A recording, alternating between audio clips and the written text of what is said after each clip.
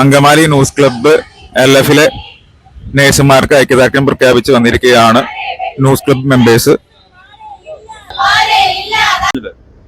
ഞാൻ വർഷങ്ങളായിട്ട് print media രംഗത്ത് വിവിധ പത്രങ്ങളുടെ റിപ്പോർട്ടറായിട്ട് പ്രവർത്തിക്കുന്നു. ഇവരൊക്കെ യൂട്യൂബേഴ്സ്, ഓൺലൈൻ ചാനലുകാരാണ്.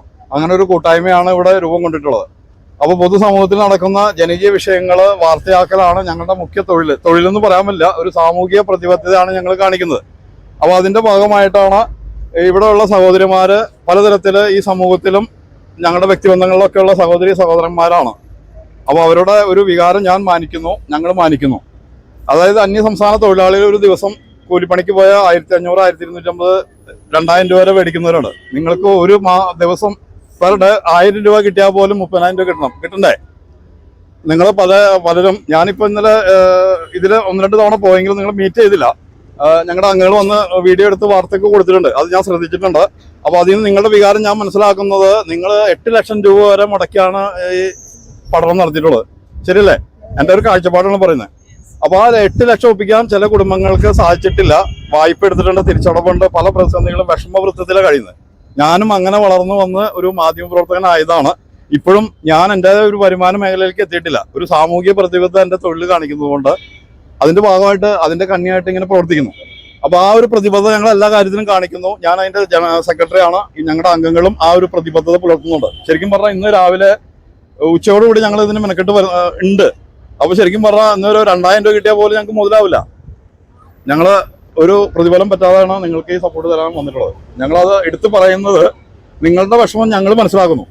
അപ്പോൾ അതുകൊണ്ട് ഇത്തരം ആതുരാലയങ്ങൾ ചെറുപ്പം മുതലുള്ള പരിചയമുണ്ട്. ഇതിന്റെ ഉത്തരവാദിത്തപ്പെട്ട ഉന്നത ആളുകളെ വരെ എനിക്ക് പരിചയമുണ്ട്, ബന്ധങ്ങളുണ്ട്. എങ്കിലും അവർ നിങ്ങളോട് കാണിക്കുന്ന അനീതി അത് ജനമനസ്സുകളിൽ എത്തിക്കാതെ നിവൃത്തിയില്ല. അതുകൊണ്ടാണ് ഞാൻ ഉൾപ്പെടെ ഇന്ന് വന്നിട്ടുള്ളത്. അപ്പോൾ നിങ്ങളുടെ ഈ വിഷമത ഞങ്ങൾ മനസ്സിലാക്കുന്നു. നിങ്ങൾ ഈ പൊരിവേലത്ത് ഇങ്ങനെ 2-3 ദിവസമൊക്കെ നിങ്ങൾ വെയിൽ കൊള്ളുന്നു. ഇത് എത്ര ദിവസം ഇങ്ങനെ വെയിൽ കൊള്ളാൻ പറ്റും? എത്ര ദിവസം?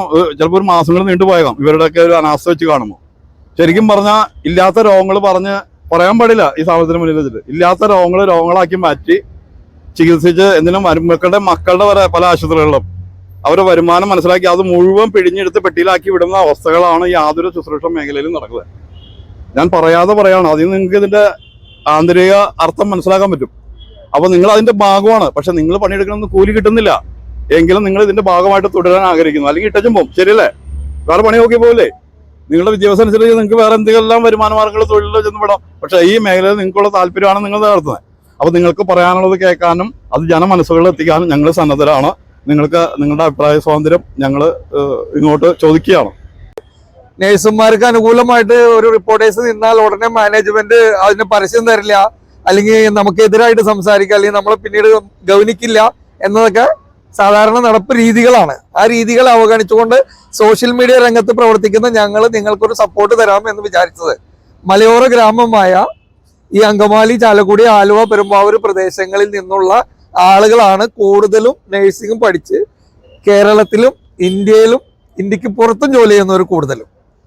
പല ഭരണങ്ങാനത്തുള്ള ആൾക്കാരും കൂടുതലും ഉണ്ടെങ്കിലും അവരൊക്കെ ഇവിടെ പഠിച്ചു പോയവരാണ് കൂടുതലും. നഴ്സിംഗ് ഇൻസ്റ്റിറ്റ്യൂട്ടുകൾ കൂടുതലും ഉള്ളതും എറണാകുളം ജില്ലയിലൊക്കെ തന്നെയാണ്. അപ്പൊ അതിന്റെ ഭാഗമായിട്ട് നഴ്സുമാരുമായിട്ട് ഒത്തിരി പ്രവർത്തന മേഖലയിൽ നമ്മൾ കണ്ടിട്ടുണ്ട്. നിങ്ങളുടെ പ്രവർത്തനം എന്ന് പറഞ്ഞാൽ ഒരു ഡോക്ടർ ചെയ്യുന്ന അതിനേക്കാൾ കൂടുതൽ എന്ന് വേണം മനസ്സിലാക്കാൻ. ഡോക്ടർ ഡ്യൂട്ടി കഴിഞ്ഞ് പോയാലും നഴ്സുമാരവിടെ ഉണ്ടാവും. നിങ്ങൾ എല്ലാ ഡോക്ടറെയും കാണുന്നു, എല്ലാ ട്രീറ്റ്മെന്റും നിങ്ങൾക്ക് അറിയാം. ഔദ്യോഗികത ഇല്ലാത്തതുകൊണ്ട് മാത്രം നിങ്ങൾ ഡോക്ടർ ആയിട്ടില്ല.